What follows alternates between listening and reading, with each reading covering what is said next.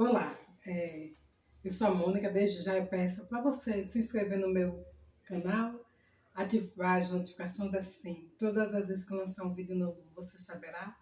Curtir esse vídeo, comentar e, se possível, compartilhar com uma pessoa amiga no WhatsApp para que mais pessoas possam conhecer meu conteúdo.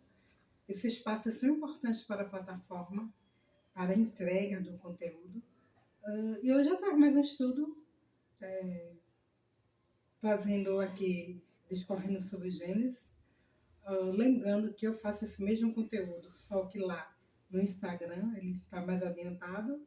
E vou deixar a minha wishlist com os livros desejados da Amazon, caso você queira me enviar um mimo de presente. Peço, se você for comprar algum produto pela Amazon, você procura o link de algum canal para que você possa ajudar através da comissão, né? Com a utilização do link de compra. E vou deixar meu Scooby para que você possa também conhecer essa rede literária. Hoje eu vou discorrer sobre Gênesis 26, 27, e o texto mosaico aqui, ele vai falar um pouco sobre a vida de Isaac, o patriarca filho de Abraão e Sara. Aqui Isaac já casado com Rebeca. Rebeca tem o mesmo problema que é muito recorrente nessa família, que é a esterilidade. Mas depois de muitos anos, ela finalmente engravida, tem 2 filhos. Quando ela está grávida, as crianças brigam entre si e Deus revela-se para ela e diz que 2 nações há e 2 povos serão grandiosos, mas o menor servirá ao maior, ou seja, o primogênito ele vai sobressair em relação ao maior. A gente sabe que existe uma falha nesses pais na criação, no sentido da predileção. Isaac, um homem calmo, pacato, gosta da natureza do seu filho Esaú, guerreiro, e Rebeca já gosta mais da natureza pacata de Jacó, o seu filho, que gosta de habitar entre tendas. A Bíblia fala, no capítulo 26, que um anjo aparece a Isaac e diz que ele não deve voltar ao Egito, mas que ele tem que ficar naquele lugar e que ali ele será próspero, sua descendência irá crescer, ele habitará e terá prosperidade. Então ele não pensa em ir ao Egito, ele continua ali. Esaú, seu filho primogênito, casa com a filha de Et, e depois ele casa com mais uma outra filha de Et. Na verdade, não é filha de Et, é uma Eteia, né? Filha de Eteus. E a Bíblia fala que aquelas esposas de Esaú foram amargura de espírito para os seus pais. Não detalha o porquê disso, mas eu penso que pelo caráter pagão que elas tinham, visto ali ser muito comum, um politeísmo. Então eu imagino que elas contrastavam muito com o ideal que Isaac e Rebeca tinham para si, adquiridos já do Isaac, do seu pai Abraão e Sara, dentro do monoteísmo. E elas com certeza tinham práticas pagãs que eram abomináveis, que eram detestáveis seus pais. Até o texto adianta, fala que Esaú, quando percebe isso, ele casa com uma parente dentro de um parentesco ali dele, mas essas esposas, elas trazem essa amargura para os pais e para os seus sogros, no caso. E isso demonstra preocupação até os dias atuais dessas relações de casamento misto, né? Eu costumo dizer que crente casa com crente, pessoa do mundo casa com pessoa do mundo. E detalhe, eu acho que uma crente, ela que tem uma vida no altar, uma vida entregue ao Senhor, aquela pessoa que está no constante servir ao Senhor, ela não só se conforma com o fato de ser um evangélico, um cristão, um crente, mas tem que ser um servo.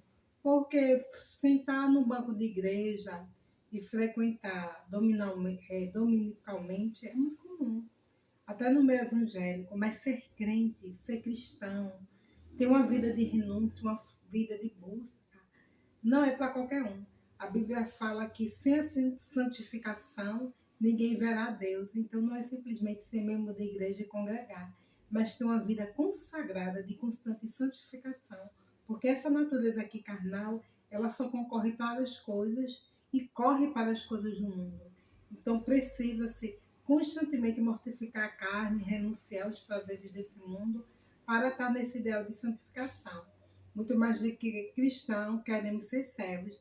E fica esse alerta aí desses casamentos mistos.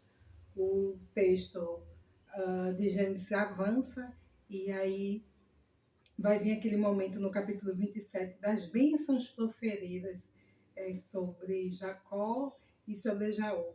Lembrando que existe um grande engodo aí de Rebeca em relação ao seu marido Isaac, em relação ao seu filho Esaú.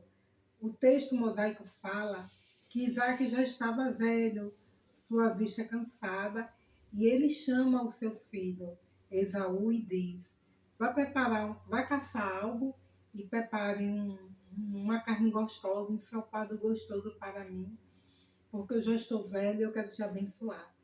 E Rebeca fica à espreita, escutando na porta, e quando ela escuta isso e o seu filho vai à caça, ela procura o seu filho Jacó e relata o que vai acontecer, que o pai vai proferir uma bênção e que ele deve se passar pelo irmão. E aí ele pega as roupas do irmão, que tem aquele cheiro característico do irmão, ele se cobre de pelos de cabra. Aí alguém diz, mas um pelo de uma cabra é muito grosso.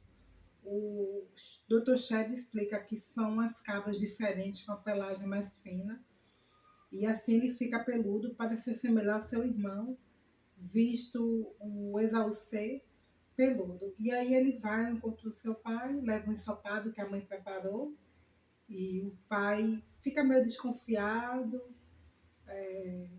ele acha a voz diferente, não está enxergando direito, e aí ele profere as bênçãos.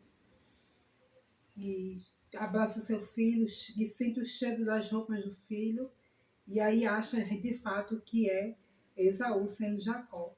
E ele coloca Jacó numa posição de superioridade em relação ao irmão, dando a ele as bênçãos do orvalho, do campo e da terra, e colocando o seu irmão como seu servo, como subordinado a ele, inferior.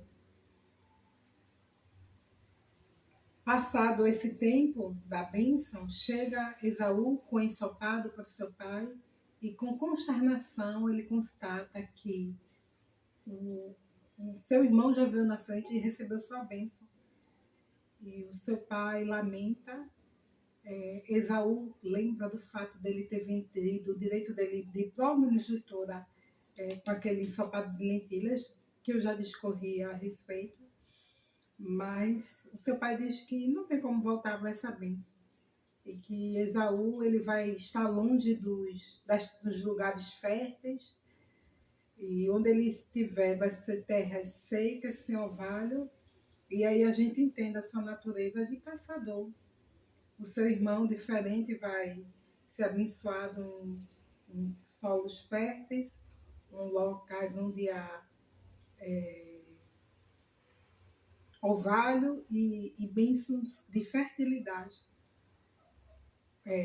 Esaú chora, mas a Bíblia fala que ele já foi rejeitado por Deus, porque anteriormente ele já tinha desenhado do seu direito de primogenitura. Ele trocou aquele direito tão importante naquele período, tão essencial de Abiamá, de ser o primogênito, de ter essa superioridade em bênção, quando ele trocou esse direito por meras vagens vagens de lentilhas, tipo de ervilhas nos dias atuais, e Deus o rejeitou por ele ter feito isso.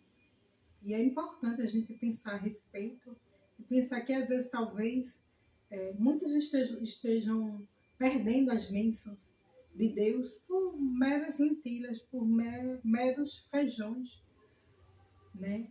Porque o viver em Cristo é a renúncia diária e Deus ele assegura as bênçãos aos seus servos, mas precisamos obedecer, precisamos renunciar, precisamos entender que a nossa natureza ela deve concorrer sempre para a honra e glória do Senhor.